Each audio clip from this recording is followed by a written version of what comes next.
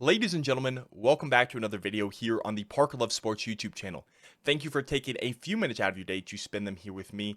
And in today's video, we're going to be going over the Denver Broncos 2024 NFL Draft Recap. Now, this is going to be grading every single pick, what I think of them, and then we're going to be looking at the Denver Broncos roster as it currently stands. This isn't a final 53 prediction. This is going to be every player except for long snapper, kicker, and punter, because we know it's going to be most likely Mitchell Fraboni as a long snapper, and even if it's not, long snapper doesn't make the biggest difference. Kicker is going to be Will Lutz, and the punter is going to be Riley Dixon. Then, I'm going to grade every single pick, but not only that, I'm going to be grading the trade that the Denver Broncos made during the draft, during day 3, and then, that's essentially the video. I don't know why I said and then, but tomorrow, maybe even later today, I'm going to release my undrafted free agent tracker video who are the undrafted free agents that the Broncos have signed and what to expect from them. Now, this video could be delayed if we sign potentially more undrafted free agents, but we'll have to see. That's for another video. This is my NFL draft recap and grades for the Denver Broncos. Now, before we get started, as always, I do want to remind you that Jesus is King, and I pray that you give your life to him as he has got a plan and a purpose for you. Now, the reason why I ask this is because a lot of people think that it's by our good works that we go to heaven, and the only thing that truly does save us is Jesus' works on the cross, that he lived the perfect life, didn't sin, died on the cross, and rose from the dead 3 days later. Now, if you truly believe that, then you'll go to heaven. It's through Jesus' works, not our own. A lot of people think that it's how many times we read the Bible, it's how many times we go to church, it's how many times we do these good works, and these things are good, and we should want to do those things, but those are works, and that's not what saves us. It's solely through Jesus and his sacrifice on the cross that saves us. And a lot of people don't like that I'm sharing this message, but I don't care because it's important to me, and I think that no matter how big this channel is or how small, I'm going to continue to share the word because it's important to me, and I know a lot of people don't like that, but I don't care. Now, with that being said, let's go ahead and let's jump in to these draft grades. With the 12th pick in the 2024 NFL Draft, the Denver Broncos select Bo Nix, quarterback out of Oregon.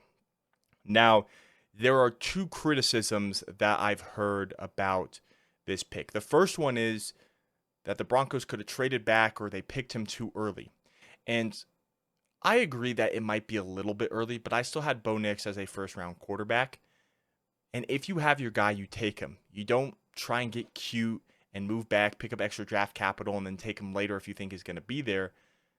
Kind of like George Paton said, you don't want to lose him for a couple of fifth-round picks. If this is your guy, you take him and you build around him.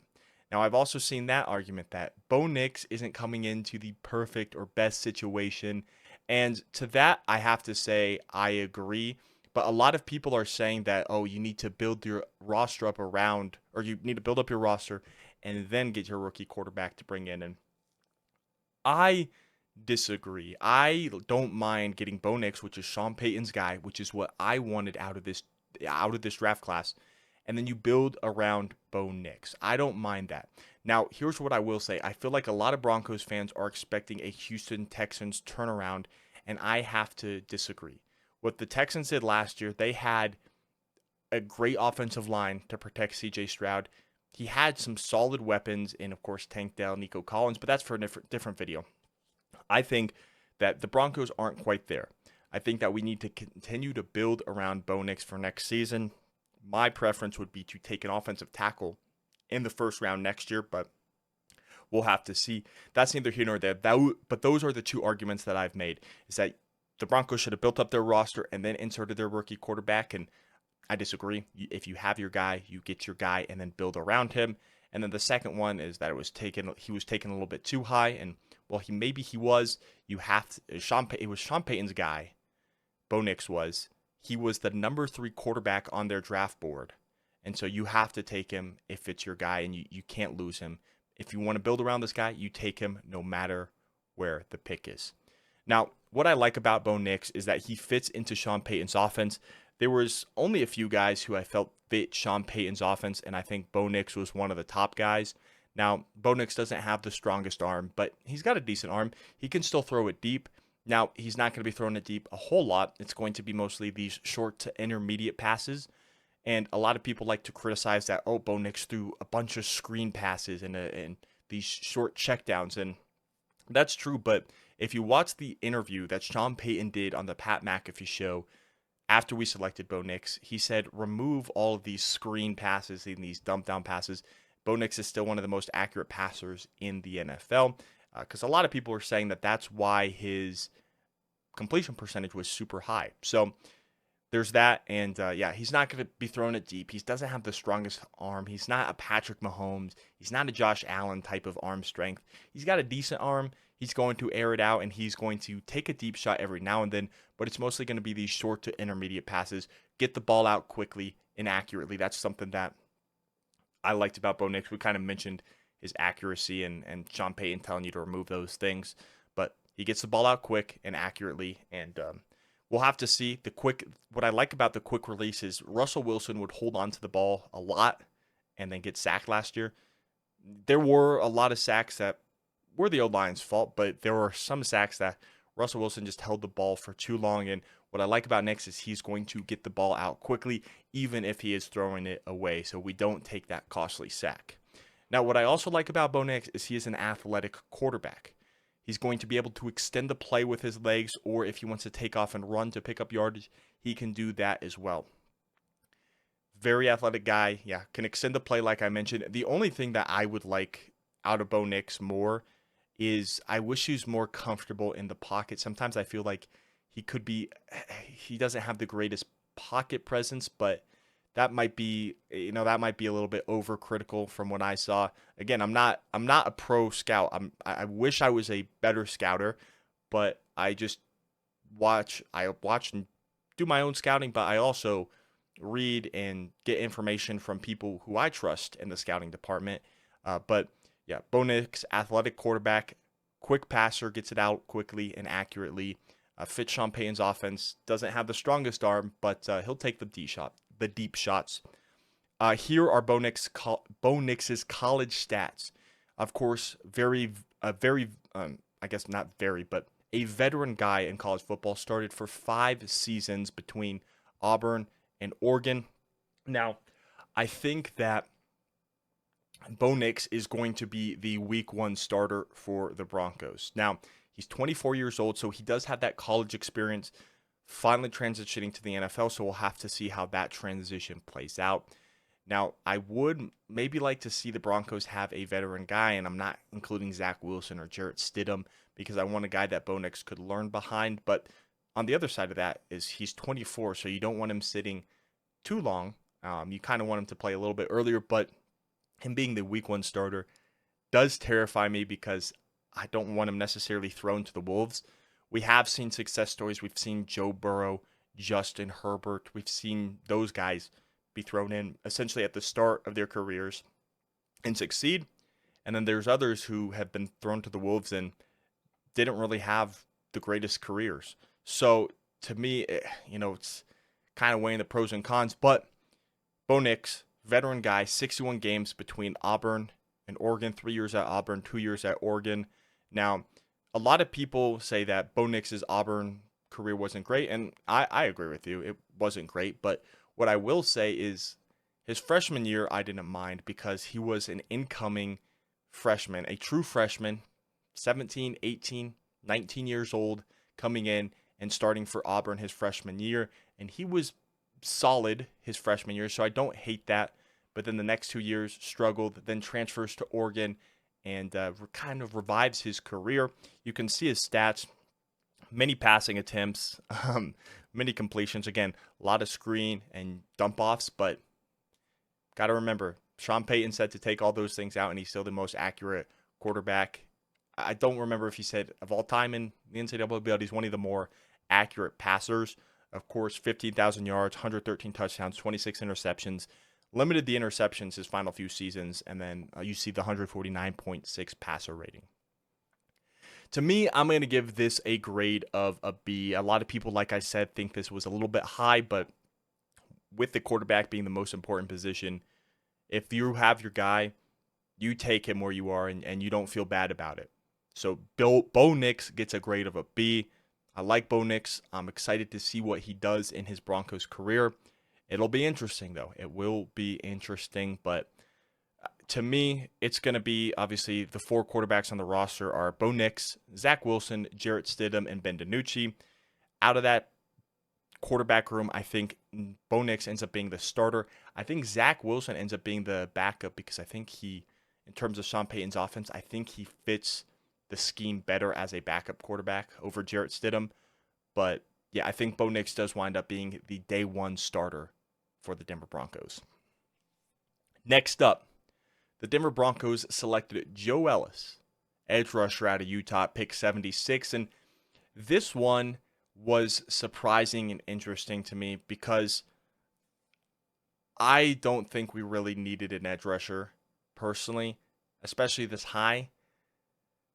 I like the young guys we had in Nick Bonito, Baron Browning, and Jonathan Cooper, and I wanted to see how they developed. And then later down the road, maybe with our second-round pick next year or whatnot, or even in free agency, we sign an edge. But let's not get that twisted. I didn't think we needed an edge rusher. I probably would have taken an offensive tackle here because this is kind of where the potential upside and the potential future starters at offensive tackle started to go off the board and were off the board. So there's that, but I kind of want to take an offensive tackle in the first round next year. There's a couple guys who I'm really, really excited about. And I got a future way too early 2025 mock draft for the Broncos coming soon. There's some guys I'm really excited to take at offensive tackle next year. So there's that, but let's not take that out on Jonah Ellis, because in terms of the player that Jonah Ellis is, he is a fantastic pass rusher. We're going to take out the Broncos needing an edge, and to me, I'm going to just focus on Jonah Ellis, the player. He's a very twitchy and athletic edge rusher with fast hands. Now, the one thing I do think he needs to excel at and improve at in the next level here in the NFL, that is going to be his run defense. I think he needs to get better at stopping the run. And that is an area that I want the Broncos to focus on because we got killed by the run game last year. So I do think he needs to focus on the run, but he is an insane and a very, very good pass rusher. Now, he's not going to be a 3-down player because there are going to be running situations that we need to stop the run, but in terms of getting pressure on the quarterback and needing to rush the passer, Jonah Ellis will be in there. He kind of reminds me of Nick Bonito when we drafted him, a guy who wasn't great at run defense at the time, but was a really, really great pass rusher. Kind of reminds me of that, needs to develop in his run defense skills, in my opinion. And then many experts believed that Jonah Ellis should have returned to college and improved his draft stock for next year. Now, because they think that he could have boosted his draft stock, so if he's a 3rd-round pick, could get into a 2nd-round pick conversation, maybe potentially a 1st-round guy. So hopefully the Broncos can bring that upside out of him. But yeah, that is what many experts believed he should do. And of course, he has the NFL bloodlines. His father played his final year in 2004 with the Broncos, and of course, his 3 brothers are in the NFL. I believe that Caden Ellis was a player that Sean Payton drafted while in New Orleans. So he's got good bloodlines. Jonah Ellis does. So, and we'll have to see. But here is his college career and college stats. 30 games with the Utes, played in had 47 solo tackles, 31 assist tackles, 78 total tackles. And by the way, while I'm reading these stats, don't judge a player solely off stats, because stats can lie and stats can not tell you the whole story about the player. But graphic-wise, stats are very easy to use. But yeah, 47 solo, 31 assists, 78 total tackles, 23 tackles for loss, and 16 sacks. A very, very productive pass rusher. And also, he faced Bo Nix in college, obviously, with the former Pac-12, but obviously the Pac-12 has been disbanded. It's Pac-2 now, but that doesn't have anything to do with Jonah Ellis. Moving on to my grade for him, I'm going to give him a grade of a C. And it's nothing against the player of Jonah Ellis specifically. I think he is a very solid pass rusher. I think he's a great pass rusher. But the reason why is, I don't think personally, I didn't think we needed an edge rusher this high. I wanted to see how the young guys did in Nick Bonito, in Baron Browning, in Jonathan Cooper. Drew Sanders, they said they were going to move him to edge, but maybe they keep Drew Sanders as an inside linebacker now with the pickup of Jonah Ellis. And so I wanted to see how those guys did and how they developed. And then if we needed to address the position in the future in free agency or in a future draft, then we could. So that's just my opinion. The positional value and the need wasn't there for me at the time. That's me personally. But in terms of the player that Jonah Ellis is, I think he is a great pass rusher. And, I'm hoping he proves me wrong. This is nothing personal against Jonah Ellis. This is just my personal thoughts on the pick. Would have liked to see maybe a Christian Jones, an offensive tackle out of Texas. But, hey, there's some exciting guys, like I keep mentioning, who I want to show you for the 2025 NFL Draft. Because that's what I think we need to do in the first round next year. We need to get protection for Bo Nix. But that is my grade for Jonah Ellis. Let's move on to our next pick, and it actually involves a trade once again with our old pals, the Seattle Seahawks. 2 years ago, we traded for Russell Wilson. Last season, we traded up for Riley Moss with them, and this season, we're trading up to the second pick in the 4th round with them. So we received the 102nd overall pick and a 7th round pick, 235th overall. And Seattle receives a 4th round pick, 121st overall, a 5th round pick, 136th overall, and a 6th round pick, 207th overall. So essentially, we move up in the 1st round, Seattle moves down, and they pick up a 5th and 6th, and then we just get a 7th back, which we'll talk about our 7th round pick later, obviously. Now, we selected with the 102nd pick in the 2024 NFL Draft, the Denver Broncos select Troy Franklin, wide receiver out of Oregon. Now, to me, this was my personal favorite pick in the draft. Now, did we need a wide receiver? No. I mean, Courtland Sutton, there's that situation going on. We'll see if we trade him or what happens with him. We, of course, signed Josh Reynolds to a 2-year deal. Marvin Mims is going into year 2, who I think is going to get heavily involved in the offense this year. Tim Patrick is back on a 1-year deal. We'll see what happens with him coming off of 2 season-ending injuries in training camp back-to-back. Will he be with the Broncos long-term? He's on a 1-year deal. Then you got other guys. You got Michael Bandy. You got Jalen Virgil. You got Brandon Johnson, who some of these guys, Lil Jordan Humphrey, some of these guys will make the roster, but I absolutely loved the Troy Franklin pick, and here's why. Before we get into what I like about Troy Franklin, the thing that I like the most is pairing Bo Nix up with his number 1 receiver in college. A lot of Oregon's fans have said, and if you're an Oregon fan, you can correct me, that Troy Franklin was their best receiver in their program's history. But what I like about this pick is the familiarity between Bo Nix and Troy Franklin. A lot of the times you got to get used to the receiver's timing and rhythm and everything, and I expect that to happen in OTAs and in training camp and as time goes on. But Bo Nix already has the connection with Troy Franklin, and that's going to make the transition for Bo Nix into the NFL a lot smoother and a lot easier, in my opinion. Now, I don't think that Franklin is going to be a starter. He's going to be an outside guy. As you can see, the second to last point, he will play as an X receiver, which is the number 1 receiver on the outside. I think that maybe he could potentially challenge for that wide receiver 2 spot with Josh Reynolds. I think Reynolds will win that job. I think the starting 3 receivers are going to be Courtland Sutton, Josh Reynolds, and Marvin Mims, but I think that Troy Franklin could challenge for one of the starting receiver spots very, very soon. Now, he's a tall, lean receiver with a lot of speed at 6'2", 176 pounds. Depending on where you see the measurement, sometimes he's listed at 6'3". But the biggest concern there is the 176 pounds. You would like him to put on more weight because that is a very lean and very small frame. So I'd like to have him put on more weight to feel comfortable. Now, there's some receivers who can get away with it. We'll see if he can. Now, he ran a 4.41 40 at the combine, but when I was watching his tape, to me it looked like he played a little bit faster than the 4.41, and maybe that's the true speed, and maybe that's just me hoping, and a lot of people that I've seen hoping on the speed, because when you just watched his tape, if he caught the ball in the open field and took off running, no one was going to catch him. He had that elite speed, and he was going to take off and just burn guys to get to the end zone if he caught it in the open field with his speed.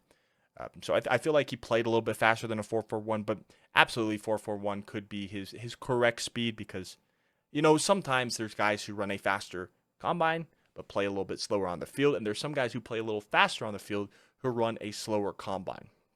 Now, Franklin is explosive off the line of scrimmage. He easily beats press coverage by running by them. Now, the thing about press coverage in the NFL, if it's a bigger physical corner, they're going to be able to bump him, and they're going to be able to jam him off the line of scrimmage in press in the NFL. That's why I'd like him to maybe bring up that weight a little bit, get a little bit, not stronger, because I feel like that's not the correct term, but just get a little bit bigger, so he's not going to be bumped off his route as easily off the line of scrimmage. Now, he tracks the ball very well, at least in terms of last season. He did, maybe wasn't the best this season, but 2 seasons ago, he tracked the ball very well while it was in the air. Last season, maybe struggled with that a little bit, but yeah, tracks the ball very well. Uses his speed and athleticism to pick up extra yards after the catch. Like I mentioned, plays as a true, or will eventually be an X receiver.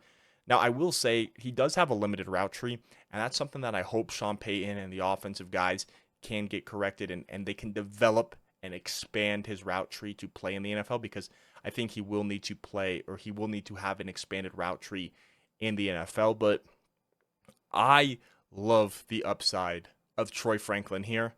That, to me, I remember in the pre-draft process, a lot of people had him as a late first, early second round guy. To me, taking him in the first was a little steep, and taking him early in the second was a little bit steep, but I liked the value of him as a late second round pick and a third round guy, and he just kept falling. And if you watch my draft stream, I thought he was going to go late second, early third. Didn't go at all on day 2, and we get to snag him here at the top of the 4th round. And I've seen people hate it because we didn't need a wide receiver, but with the familiarity of Bo Nix and the upside that Troy Franklin brings as a prospect, I think this is a fantastic pick. During his career at Oregon, by the way, look at this jersey swap. I don't know who did it, but whoever this graphic designer is, you guys can see my mouse circling it. A shout out to you. I was looking everywhere on Twitter and to find the original graphic designer, but shout out to this guy for doing the graphic designs of jersey swaps. I've tried to do a jersey swap with Photoshop. I know the basics. I can do the basics. I can't do anything like this, but yeah, oh my goodness, that throwback uniform looks amazing on Troy Franklin. But during his career at the University of Oregon, Franklin played in 40 games with 160 receptions for 2,483 yards, averaged about 15 and a half yards per reception, and 25 touchdowns. I didn't mock Troy Franklin at all to the Broncos in any of my mocks because, quite frankly, I didn't think he was going to be there. He was my 8th best wide receiver going into the draft. I believe he was my 6th best going into the combine, and I thought he was going to be taken late second. That's where I thought he was going to go. Of course, we didn't have a second round pick, and I thought that with our 3rd round pick, we were going to go address the defensive interior, or we were going to pick up another offensive lineman. But yeah, picking him up in the 4th round is an absolutely great. It's absolutely great value in my opinion. Troy Franklin, didn't love him in the 1st round. Didn't love him really as a fringe first, early second guy. But here in the 4th, I absolutely love the value. This pick gets an A+ from me. A lot of people might disagree, might say that's a little too high, but this is my favorite pick in the entire draft. Troy Franklin, the wide receiver out of Oregon. Now, in the 5th round, the Denver Broncos selected Chris Abrams-Draine, cornerback out of Missouri. Abrams-Draine, if you watch my rankings video, was my number 10 cornerback in the entire draft class. I thought he was going to go third round, fourth round ish. So the fact that he fell to the fifth round was crazy. I love the value here in terms of the pick because here in day 5, I know a lot of people like to get critical of these day 3 picks. And honestly, at this point, yeah, sure, you can draft for need, but in my opinion, you go best player available here and get your depth. On day 3, that's what you do. I feel like on day 1 and 2, first round, second round, a lot of times you can go best player available, and sometimes you go and address a position of need like the Broncos did at quarterback. But here in the third or day 3, I don't mind going best player available. And Chris Abrams-Draine was one of the best prospects still available. Now, Abrams-Draine is a smaller cornerback. He's 5'11", 179 pounds, and has the versatility to play as an outside corner or in the slot. Now, I think he plays in the slot, but we, of course, have Jaquan McMillan. So he's going to be our backup slot corner, which I don't hate because I want to get corner depth. There was a few seasons ago where our corners just got injured, and we were running thin on corners. I think I can't remember what season it was, but yeah, I don't mind this depth pickup for the Broncos, and Chris Abrams-Draine was one of the best players available on the board, at least on my board. Of course, everyone has a different board, but I liked the pick, or I liked the value of Abrams-Draine here. A high football IQ player too, can recognize the defense. Doesn't have the greatest speed, I would say. Decent speed, not great speed. Obviously, you can see ran a 4.44 40, which is decent, but there's some receivers, especially in the slot, that you're going to be running against 4.3 speeds. Sometimes maybe gets into the 4.2s, but I like him. He's great in man coverage, needs to work on his zone coverage, and he also needs to work on supporting in the run game. Would like to see him help out and tackle in the run game.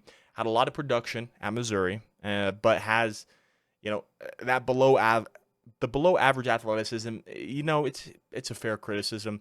4.44, decent speed. Like I said, decent speed. The 33.5-inch vertical, that's also decent. It's not the craziest. I would say maybe instead of below average athleticism, I'd say decent athleticism, maybe average athleticism. But I like what Chris Abrams-Draine brings to the Broncos. He was my 10th best corner available in the whole draft. And at this, he might have been the best still available on my board. I can't remember, but has quick feet and hip. He has quick feet and hips to run with the receiver, flip the hips to obviously track him and follow the receiver down the field, and then make a play on the skill, using his ball skills to jump in front of the receiver to either make an interception, swat the ball away, tackle the receiver, just make a play on the ball. Now, during his career at the University of Missouri, Abrams-Draine played in 43 games, 104 solo tackles, had 32 assist tackles, 136 total tackles, defended 34 passes, and had 7 interceptions in his career. Now, this pick for me is getting a B-. Originally, for me, this was a pick of a B, but I didn't really factor in that we didn't necessarily need a corner, because when you looked at our corner room going into day 3, we had Pat Surtain as the number 1, Jaquan McMillan in the slot, signed Levi Wallace, have Riley Moss, who I would like to be the cornerback too. I want to see what we have in him, traded up to get him, so I want to see what we have Damari Mathis as well. So I would like to add some depth to that room. I know we have Art Green, who I like, but Chris Abrams-Draine here is great value. Didn't necessarily need a corner, but in terms of going best player available, he was one of the better players that was still available in this draft. Next up, with 147, 2 picks later, we selected Audric Estimé, running back out of Notre Dame. Now, I don't really think we needed a running back either. I started to do more mock drafts with us taking a running back, as it came out that the Broncos liked Jalen Wright and whatnot, so I figured why not include him. But to me, this might be the writing on the wall for Javonte Williams next season. Of course, had that great rookie year. Then last season goes down in week 4 with the ACL. comes back this year, doesn't look like the same player. I'm hoping he can bounce back next season, but if he doesn't, Audric Estimé is coming in. And what I like about Audric Estimé is he is a thumper. Very compact build at 5'11", 221 pounds. There's a picture later I'm excited to show you guys. I'm sure you've seen it. But he is not a very fast running back. He ran, I think, a 4.7 something, 4.6 at the combine. I don't have it on me at this time. I'm sorry about that. But he's not the fastest runner, but he is a physical back who is going to run through you and isn't afraid to make contact with defenders. He's a very hard player to tackle when Estimé gets going. When he gets downhill and he gets chugging, he's going to be hard to tackle. He lowers his pads and he gets this great leverage. Of course, you want to be the lower guy when engaging in the tackle. Estimé gets lower to run through him and uses that leverage when initiating contact to run through defenders. Just a big, compact guy. Not the fastest guy. I mean, he's not going to be slow out there, but he's not the fastest guy. And then can be an effective option in the receiving game as a check down option. I wouldn't be throwing him out there as some people do with these receiving and scat backs, running these complex wheel routes maybe. Estimé will be a check down option. Decent hands, but won't be a super effective guy in the receiving game. But if you need him to, I kind of worded that wrong. Not going to be used in the receiving game very often, but can be effective on those shorter routes if needed. During his career with Notre Dame, he played in 37 games with 337 rushing attempts. He ran for 2,321 yards, averaged about 6.2 yards per carry, and scored 29 touchdowns on the season. I mean, look at that picture, dude. Have fun trying to tackle this guy. Have fun trying to tackle this guy. But to me, the pick gets a grade of a B- because I didn't really think we needed a running back per se. When you look at Javonte Williams, I was hoping he was going to have that bounce back season. Samaje Perine kind of being that third down option, a receiving back, sort of. But, with this pick, to me, Samaje Perine might be the odd one out, especially with a undrafted free agent signing who I'm sure many of you know, and Blake Watson. We'll talk about him in the undrafted free agent video. But Perine might be out. I think we're going to keep Jaleel McLaughlin. Javonte, I think we're hoping for a bounce back year. Audric Estimé is coming into that running back room. Someone's going to be the odd man out. I think the max we carry is 4 running backs, so we'll see. Didn't think we needed a running back, but in terms of the pick, I don't mind it. When I was doing my reaction for this pick, I said that there was a couple guys who I wanted, but I listed a couple running backs, including Audric Estimé, Cody Schrader out of Missouri. I also mentioned Dylan Johnson out of Washington. But Estimé was one of the guys I mentioned who I wouldn't mind, and I don't mind the pick. I think this is a great pick. Obviously, he's going to be a physical bruiser back. And so to me, I like the pick. Didn't think we needed a running back, but hey, I'll take it. It's more help, and it's another weapon for Bo Nix to use to help him out in the running game. Given a rookie quarterback a solid running game to open up the passing game is solid. I like what Audric Estimé brings to the Broncos. I think he's, of course, Javonte Williams breaks a lot of tackles, physical runner as well, but I think Audric Estimé is he's the bruiser physicality. I don't think Javonte Williams is necessarily a bruiser. Audric Estimé is a bruiser. Next up, with the 235th pick, we selected Devon Vele, wide receiver out of Utah. This was an interesting pick. Of course, it's the 7th round, so you're taking flyers on guys, but I don't know. I wanted Jaheim Bell in this situation. I loved him as a tight end prospect. Going another receiver was interesting. I feel like we already got some depth at receiver, and if we were going to add another guy, it would be a top guy next year, but I don't know. We'll have to see how this plays out. Cortland Sutton, a bunch of guys on 1-year contracts, I should say. But Devon Vele is an older prospect. He's 26, but he's going to turn 27 before the start of the season. And the reason for that is he went on a 3-year mission trip and then came back to school, was a little bit older, is declaring this year, of course, had the COVID years as well. So he is an older prospect, and to me, this is just taking a guy with upside to be a potential returner in the future, potential depth guy. I don't know. I don't think Vele, in my opinion, and I don't want to be mean, I don't want to be this guy who's negative, but if I were to be honest, I think Vele probably doesn't make the roster, but it's the 7th round. You're taking a shot on a guy with upside, with traits that you like, so we'll see. Vele is one of the better route runners, has a dynamic route tree, and can run routes to all 3 levels of the field. A bigger receiver who has some speed to him at 6'4", 203 pounds, he ran a 4.47 40-yard dash. Has a big catch radius with 33.5-inch arms, and got some measurables, got some tools. Great route runner, got some speed, bigger guy, big catch radius. There's some upside and there's some tools that you like about Vele. Being 26 though is interesting, and if you look at his production, wasn't the most productive guy. I mean, he had some production, over 1,000 yards in his career.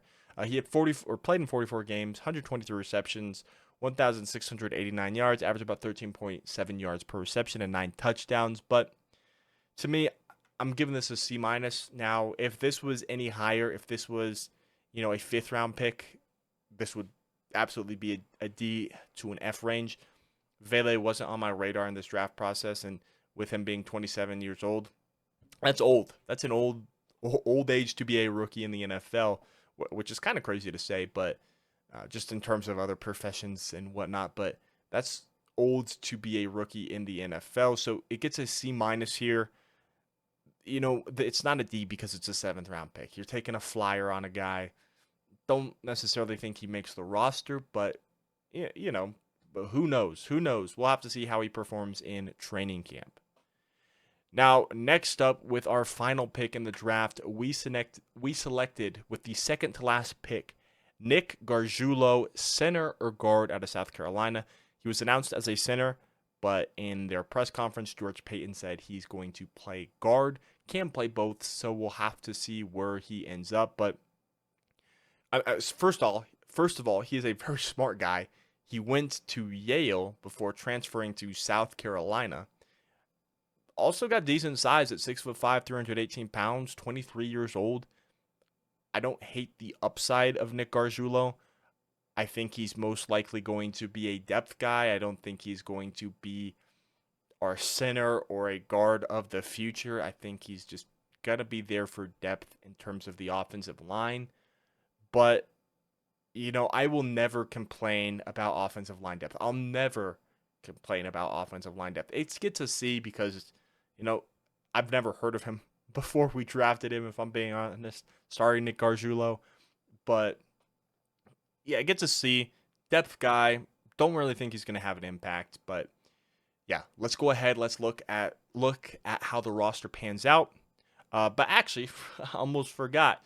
We made a draft day trade. We sent the New York Jets a 2026 6th round pick. So it's not next year's draft. It's 2 drafts down the road in exchange for defensive end John Franklin-Meyers. And this is something I wanted. I wanted the Broncos to take a defensive interior guy to help stop the run, provide some interior pass rush. I wanted that. I thought that was something that we absolutely needed in this draft. To me, when I was doing my mocks, I essentially always had a quarterback go in the 1st round to us for the most part. I think there was 1 or 2 where I didn't. But then with our very, very next pick, no matter what round it was in, for the most part, other than the one where I traded back, selected Adonai Mitchell in the 1st, and then selected Bo Nix in the 2nd, or traded back into the 1st for Bo Nix, I had us selecting a defensive lineman, whether that was Michael Hall, whether that was Justin Aboigbe, who, by the way, is on the Chargers, and I hate it because that was one of my guys. I wanted us to take a defensive interior, but we addressed that by trading a 6th round pick in 2 years for John Franklin-Meyers. Are you kidding me? That is terrific value. I mean, just look at last season for Franklin-Meyers. Now, 17 games, 15 solo tackles, 18 assists, 33 total tackles. He had 6 tackles for loss and 3.5 sacks, but he's going to help in stopping the run game. Now, maybe he would be a little bit more effective as if we ran a 4-3 rather than our 3-4 that we run. But I don't hate this pick at all. A veteran offensive line or veteran defensive lineman who's going to help in the run game and is going to provide some interior pressure. Not a whole lot of a pass rush, is effective, but mostly in terms of stopping the run. I think this John Franklin-Meyers pickup could be the best move we made in the whole draft. Of course, I love the Bo Nix pick, love the Troy Franklin pick, but this, first of all, John Franklin-Meyers also restructured his contract. He had 2 years remaining on his current deal, comes to the Broncos and restructures his contract. It was okay. Yeah. I thought this tweet by Adam Schefter said it. I think it's a different tweet that says it. But yeah, this is part of our 2024 draft class now, even though we traded 2026 pick. Restructuring his contract for the final 2 years of his season is a huge, huge move. This is a great move. This gets an A+. We needed to address the defensive interior, and rather than take a shot on a rookie to instantly fix that problem, unless it was Byron Murphy, Jerzon Newton, or T'Vondre Sweat, we could obviously pick a rookie and throw them there to hopefully help out, but we get a proven veteran who is still only 27 years old. 27 years old. He's got a lot of good football left ahead of him, and I expect, depending on how his career goes in Denver, I could see us extending him after those 2 years are up, because I think he's going to do wonders in terms of stopping the run for us. I think this is a great addition, a great trade. You're taking a very late pick and a 6th-round pick in 2 years from now and getting an instant impact guy, a veteran, only 27 years old, to help stop the run. Fantastic pickup for the Broncos. So, what is going to be my overall class grade for this draft? Now, I should say that I was going to show you what our current offense and defense looks like with the rookies. I didn't include undrafted free agent rookies, but I think I'm going to hold off on that, and I think I'm just going to make an entirely separate video for that later down the road of what our current team looks like. So prepare for that. I was going to include it, but we're already we're 40 plus minutes now, so I'm just going to wrap this video up here. But what is my overall class grade? So we're not only going to include the guys who you see on the screen, but it's going to include the John Franklin-Meyers trade. I switched my grade because I forgot to include that in my last grade, but here is my grade for the Denver Broncos here in 2024. Of course, this is going to include Bo Nix, quarterback out of Oregon, Jonah Ellis, edge rusher out of Utah, Troy Franklin, wide receiver out of Oregon, Chris Abrams-Draine, cornerback out of Missouri. And I guess I'll give a little spiel. Like the Bo Nix pick, we got our guy. I was a Bo Nix fan. I know a lot of you guys saw me mocking J.J. McCarthy to the Broncos, but I liked Bo Nix as well. I think he was a first-round talent, and a lot of people might disagree with that, but I thought he was, and I like the pick. A little early, but I like the pick. And if it's a quarterback, you go and get your guy regardless. Jonah Ellis, didn't think we needed an edge rusher, but in terms of the player, Jonah Ellis is a pass rush specialist, needs to work on defending the run. Troy Franklin, I thought, was a steal in the 4th round. The value was absolutely insane. It's going to help make the transition with Bo Nix to Denver a lot easier. Chris Abrams-Draine, didn't need a cornerback, but I don't mind adding depth to the cornerback position, especially when we were injured at that position a lot a few years ago, and he was one of the best players available on the board, and in day 3, that's kind of what you're looking for, is the best player available to add depth and hopefully get a starter. Got Audric Estimé in the 5th round. Didn't expect us to take a running back, but I kind of expected in the 5th round. I was saying I wouldn't mind a running back in the 5th round. I kind of have a feeling we're going to take one in the 5th round, even though I don't think we needed one. I like the value of Audric Estimé, and I like what style of running he brings to the offense. Devon Vele, don't think we needed another receiver. Wasn't a huge fan of this pick, especially, I forgot to mention this when we were talking about Devon Vele, but when Taj Washington out of USC was still on the board and selected after Vele, I wish we would have selected him. So that might be a little bit of a reason why it's this great. Draft isn't an A plus. Don't think we needed another receiver in the 7th round, and if we did, I wish it was going to be Taj Washington out of USC. And then Nick Gargiulo, I had never heard of until we drafted him. Started at Yale, transferred obviously to South Carolina. Won't complain about a depth offensive lineman. Don't think he's going to be maybe an instant impact or an impact at all. We'll see. We'll have to see how things pan out, but I won't complain about offensive line depth. And then, of course, we traded a 2026 6th-round pick for John Franklin-Meyers, and that was a fantastic move as well. So I'm going to give this draft a grade of an A. Now, you could absolutely go lower than me, higher than me. I don't think this is an A+. I think there were some things we could have done to make it an A+, because to me, an A+ stands for perfect. He made the perfect move, and to me, that wasn't the case. Taj Washington was still there at pick 235. Would have liked him at receiver over Devon Vele. And then Nick Gargiulo, hadn't heard of him. Would have liked to address offensive line maybe a little bit earlier, but I think that 2025, our draft class, and at least I'm hoping, is going to be focused on building up that offensive line for Bo Nix. But to me, especially getting Troy Franklin in the 4th, getting John Franklin-Meyers for a 6th-round pick in 2 years, and then the value of getting Chris Abrams-Draine in the 5th, I thought he was going to be gone in the 4th. Could have also gone in the late 3rd. Getting Estimé in the 5th, I liked the value there. I don't think it's extreme value, but I thought it was a solid value there. So I'm going to give it an A. Got our quarterback of the future. Need to build around him now, but I'm giving this draft a grade of an A. But that is it. Thank you all so much for watching. Tomorrow, I'm going to be releasing my undrafted free agency video for the Denver Broncos undrafted free agent signees. Then, in the future, I'm going to be releasing a way too early full first round 2025 NFL mock draft. I'm also going to be releasing a way too early Denver Broncos 7th-round mock draft for next season. And then, we're also going to be releasing a video going over the current roster for the Broncos as we wait for rookie minicamp, OTAs, and obviously not spring training. I almost said spring training, but training camp. But yeah, thank you all so much for watching. My name is Parker, and I will catch you in the next one. Peace out.